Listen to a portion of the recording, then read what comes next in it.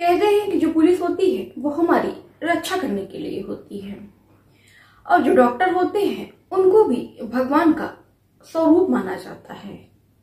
लेकिन कैसा हो कि अगर यही रक्षक कभी कभी हमारे भक्षक बन जाते हैं और जो डॉक्टर है वो भगवान की बजाय एक कसाई जैसा व्यवहार हमारे साथ करे, तो आखिर में फिर हम जो न्याय है वो किससे मांगेंगे कि बड़े धूमधाम से बारात जाती है, सब लोग वहां खाना पीना खाते हैं, ऑर्केस्ट्रा का नाच होता है, सब लोग नाच देखने में बड़े व्यस्त थे, बड़े मौज होके सब लोग मजा ले रहे थे।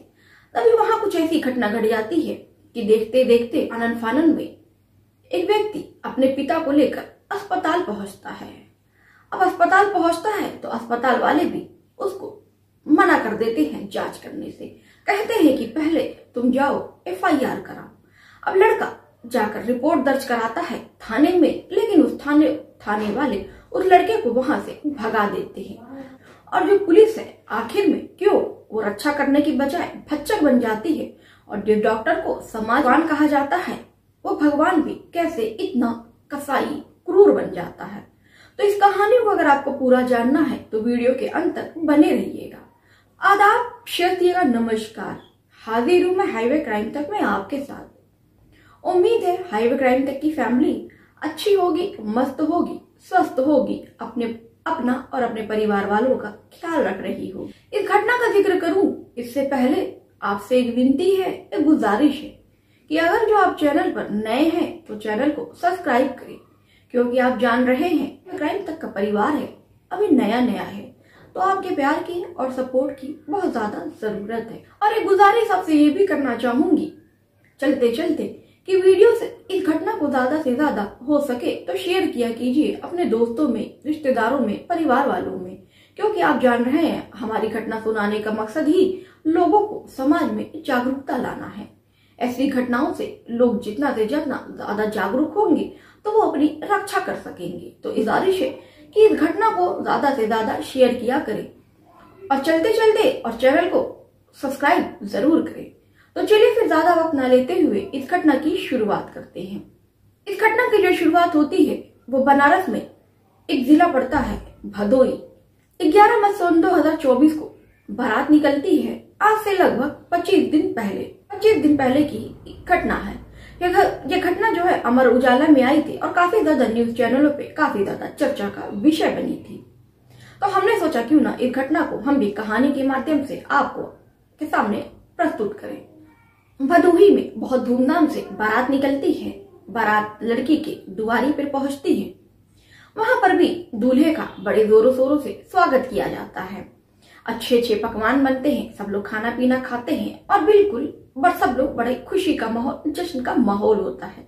लेकिन किसी को क्या पता था कि यही शादी माहौल का दिन जगह माहौल मातम में तब्दील हो जाएगा। किसी को क्या पता था। पहुंचता है, वो भी सपने देखता है, सच सवर के दुल्हन के घर पहुंचता है, सोचता है कि वो 7 फेरे लेकर और सारी रस्मों निभाकर वो अपनी दुल्हन को अपने साथ घर लाएगा। दूल्हा पहुंचता है, वहां पर द्वार पूजा होती है। दूल्हे को फिर अंदर बिठाया जाता है, उसका बड़े भव्य तरीके से स्वागत किया जाता है। दूल्हा पहुंचता है और फिर बैठकर वो खाना खाता है। खाना पीना खाकर थोड़ा आराम करता है और सपने सजोता है कि जल्दी से वो घड़ी आएगी कि वो 7 फेरे लेगा और 7 फेरे लेकर फिर वो अब पति बन जाएगा। अभी तो एक कुंवारा लड़का था, अब वो किसी का पति बन जाएगा, किसी का दामाद बन जाएगा, किसी का जीजा बन जाएगा। यही सब वो लड़का सोचता है और कहीं ना कहीं अपने मन में बहुत सारे ख्यालों में डूबा रहता है।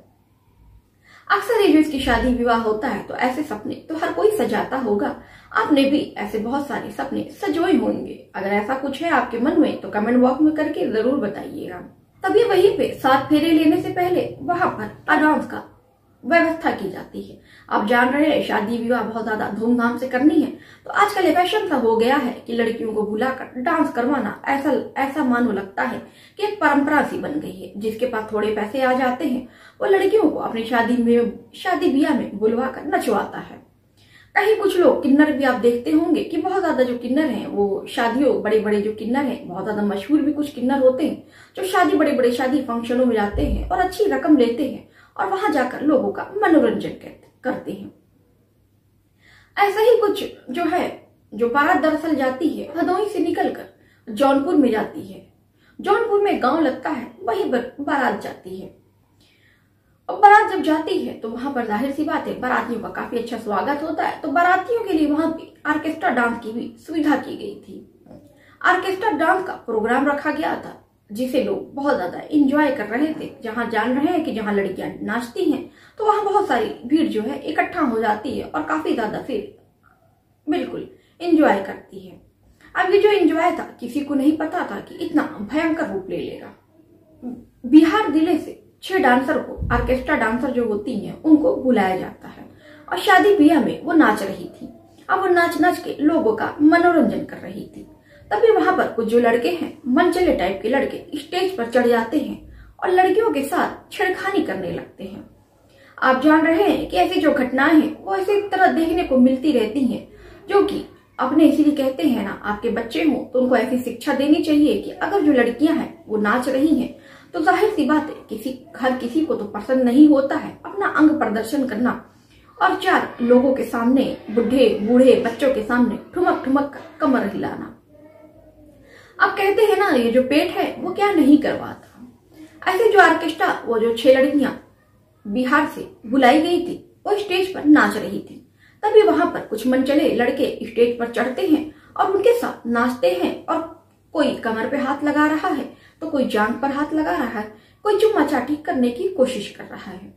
अब ऐसे में जो बारात वाले कुछ सज्जन लोग थे, यानी कि बाराती के जो दूल्हे के घर वाले थे, उसमें से अनिल सरोज और उनका बेटा शुभम और उनका भांजा आकाश स्टेज पर चढ़ते हैं और उन मनचले लड़कों को मना करते हैं। स्टेज पर चढ़ते हैं और उन लड़कों को मना करते हैं और समझाते हैं कि देखो ये सही नहीं है, ये किसी के घर की इज्जत है।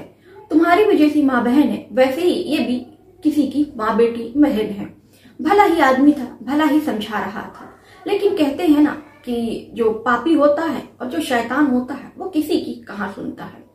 अब बहुत समझाने के बाद वो बहुत सारी दुहाई देते हैं, विनती करते हैं कि देखो सर समाज है, लोग क्या कहेंगे, कुछ ऐसा होगा तो बारातियों का नाम खराब होगा।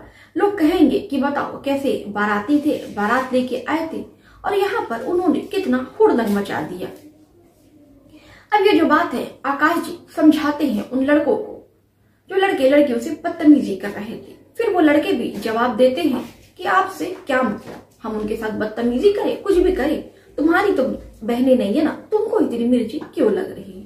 अब भला कहते हैं ना कि जब किसी के साथ आप अच्छा करने की कोशिश कीजिए, किसी को कुछ समझाइए, तो आजकल का जो जमाना है वो उल्टा ही पलट कर आप पर ही वार करता है। अब ऐसे में वो उन लड़कों को फिर बेटा कह के समझाते हैं कि देखो ऐसी बात नहीं है, तुम भी तो हमारे बेटे हो, हमारे बेटे की उम्र के हो। ऐसे में ये जो लड़कियां हैं ये भी किसी की माँ बहन, किसी की इज्जत है, ये भी यहाँ पर 4 पैसे के लिए नाच रही हैं, ये भी किसी की इज्जत है। इस तरह इनके साथ मत करो, इनकी मजबूरी है, इनकी मजबूरी का गलत फायदा मत उठाओ, ये भी तो अपने पैसे के लिए, पेट के लिए नाच रही हैं। लेकिन जो लड़के हैं उनको बुरा लग जाता है और वो आकाश और उनके परिवार वालों को काफी जो लड़के हैं भला बुरा कहते हैं और कहते हैं कि नीचे उतर जाओ वरना हम तुम्हें यहाँ से नीचे फेंक देंगे।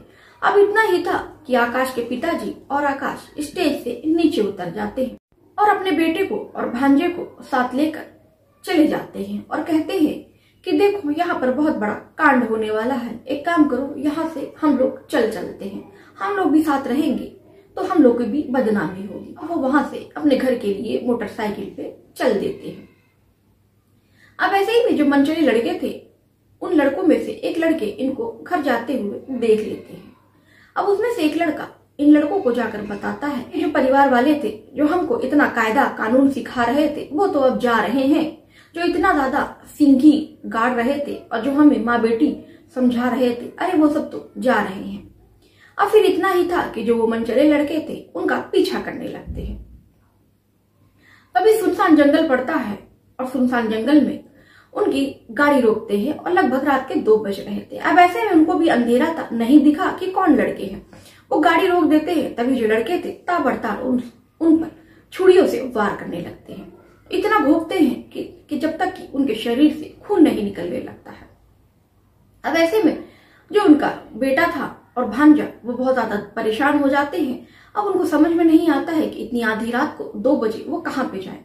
तभी नजदीकी में एक सरकारी अस्पताल रहता है। लड़के अब अपने पिता को लेकर भागे भागे नजदीकी सरकारी अस्पताल जाते हैं और अपने पिता को भर्ती कराते हैं। तभी डॉक्टर पूछता है कि इनको क्या हुआ है। तो लड़का है वो बताता है और रो रो कर बताने लगता है कि कुछ गुंडे थे, मेरे पिता को उन्होंने चाकू घोंप दिया है और बहुत सारे चाकू घोंपे हैं। अब जो डॉक्टर था वो अपने यहाँ भर्ती करने से मना कर देता है, कहता है कि ये तो पुलिस का मामला है, पहले तुम जाओ पुलिस से FIR करवा के लिखवा कर लाओ, तभी हम तुम्हारे पिता का इलाज करेंगे। वो बहुत ज्यादा हाथ पैर जोड़ता है क्योंकि अगर उनके पिता को जल्द से जल्द इलाज नहीं मिलता तो उनके पिता की मृत्यु भी हो सकती थी। अब ऐसे में वो लड़के फिर उनके पास कोई ऑप्शन नहीं होता है, दौड़े दौड़े वो नजदीकी पुलिस थाने पहुंचते हैं और दरोगा से और वहां पे जो भी सिपाही थे उनसे कहते हैं कि सर हमारे पिताजी को किसी ने चाकू मार दिया है, आप जल्दी से हमारी FIR लिख लीजिए और हमारे साथ चलिए, क्योंकि आप जब तक साथ नहीं चलेंगे FIR दर्ज नहीं करेंगे डॉक्टर साहब हमारे पिताजी का इलाज नहीं करेंगे। रात के 2 बज रहे थे और दरोगा और वो जो पुलिस थाने वाले थे सो रहे थे। वो उन लड़कों को भगाकर डांट कर भगा देते हैं कि इतनी रात को कौन आता है, जाओ सुबह आना। और फिर ये क्या था, जब ये लड़के कहने लगते हैं कि नहीं सर हमारे पिताजी की हालत बहुत गंभीर है, तो पुलिस वाले कुछ भी सुनते नहीं है और वहां से उन दोनों लड़कों को भगा देते हैं। अब लड़के फिर रोते रोते हुए सरकारी अस्पताल पहुंचते हैं और फिर जो डॉक्टर था उनसे बहुत हाथ पैर जोड़ते हैं, लेकिन डॉक्टर भी कुछ सुनने को तैयार नहीं होता है। अब ऐसे में वो लड़के ज्यादा देर ना करते हुए अब नजदीकी प्राइवेट अस्पताल में वो अपने पापा को भर्ती कराते हैं। अब जब अपने पापा को वहां भर्ती कराते हैं तो डॉक्टर पूछते हैं इनको क्या हुआ है। तो जो अनिल के बेटे होते हैं आकाश बताता नहीं है कि पिताजी को किसी ने चाकू घोंपा है, क्योंकि सरकारी अस्पताल में इससे पहले उन्होंने इलाज करने से मना कर दिया था और वो थाने में गए, लेकिन थाने वाले भी FIR नहीं कर रहे थे। अब ऐसे में वो झूठ बोल देता है कि पिताजी को दरअसल हम लोग आ रहे थे, रात को काफी अंधेरा था, तो एक पत्थर पड़ गया, उसी पत्थर से हम लोग टकरा गए और हमारे पापा का एक्सीडेंट हो गया। वहीं पर एक सरिया रखी थी, जो सरिया हमारे पापा के पेट में चुभ गई। अब जो था वो प्राइवेट अस्पताल वाले आकाश के पिताजी को भर्ती कर लेते हैं और मौके पर इलाज शुरू कर देते हैं। देखते देखते सोमवार से बुधवार हो जाता है, 2 दिन हो जाते हैं, लेकिन जो आकाश के पिताजी थे वो बच नहीं पाते हैं और उनकी मृत्यु हो जाती है। अब ऐसे में उनके परिवार वालों में काफी हंगामा मच जाता है। गुस्सा प्रशासन से और डॉक्टर से तो पहले ही था। वो बॉडी को उस अस्पताल से निकालते हैं और थाना ले जाकर वहीं पे धरना प्रदर्शन करने लगते हैं। अब जब बात ये सारे अखबारों में आती है और सारे जितने भी पत्रकार थे वहां मौके पर पहुंचते हैं और जब उनको ये बात पता चलती है तो हर कोई इनके साथ साथ मिलकर न्याय की मांग करने लगता है। अब ऐसे में पुलिस प्रशासन भी आता है और जब वहां के विधायक को ये बात पता चलती है तो विधायक भी कार्रवाई करने का आश्वासन देते हैं और पुलिस वाले भी आश्वासन देते हैं। लेकिन उस आश्वासन का क्या कि जब वो उनके पास गए थे और पुलिस वालों ने उनकी मदद करने से इनकार कर दिया था, नहीं क्या जिसके ऊपर लोगों की जिम्मेदारी है रक्षा करने की बजाय वो भी भक्षक बन जाए, तो आखिर में जो आम नागरिक है वो कहाँ जाएगा, किसके पास मदद की गुहार लगाएगा। ऐसा ही कुछ आकाश के परिवार के साथ हुआ है। लेकिन अब देखने वाली बात होगी, अभी तक ये नहीं पता चल पाया है कि उन पुलिस वालों और डॉक्टर के खिलाफ क्या कार्रवाई हुई है। जैसे ही कोई कार्रवाई होगी हम आपको अपने वीडियो के माध्यम से आपको अपडेट जरूर कराएंगे। तो ये घटना आपको कैसी लगी आप हमें कमेंट बॉक्स में करके जरूर अपनी राय लिखिएगा। और चलते चलते कुछ भाई बहनों ने हमारे चैनल पर कमेंट किया था। आकाश जी हैं बनारस से, तो धन्यवाद आकाश जी आपका। ममता जी हैं आगरा से, ममता जी आपका भी धन्यवाद। और विरजेत जी हैं जो आगरा से हैं। तो इन सभी का हमारे चैनल पर हार्दिक स्वागत है। और आप भी हमारे चैनल पर कमेंट करें तो अपने नाम के साथ साथ जिले का नाम अवश्य लिखें, ताकि हम अपनी वीडियो में बताएं कि आप हमारा वीडियो कहां से देख रहे हैं। तो चलिए फिर इस घटना को ज्यादा से ज्यादा शेयर कीजिए। अगर अब भी आपने हमारे चैनल को सब्सक्राइब नहीं किया तो हमारे चैनल को सब्सक्राइब कीजिए। तो चलिए फिर मिलते हैं किसी और घटना के साथ, किसी और वारदात के साथ। तब तक के लिए अपना और अपने परिवार वालों का ख्याल रखिए।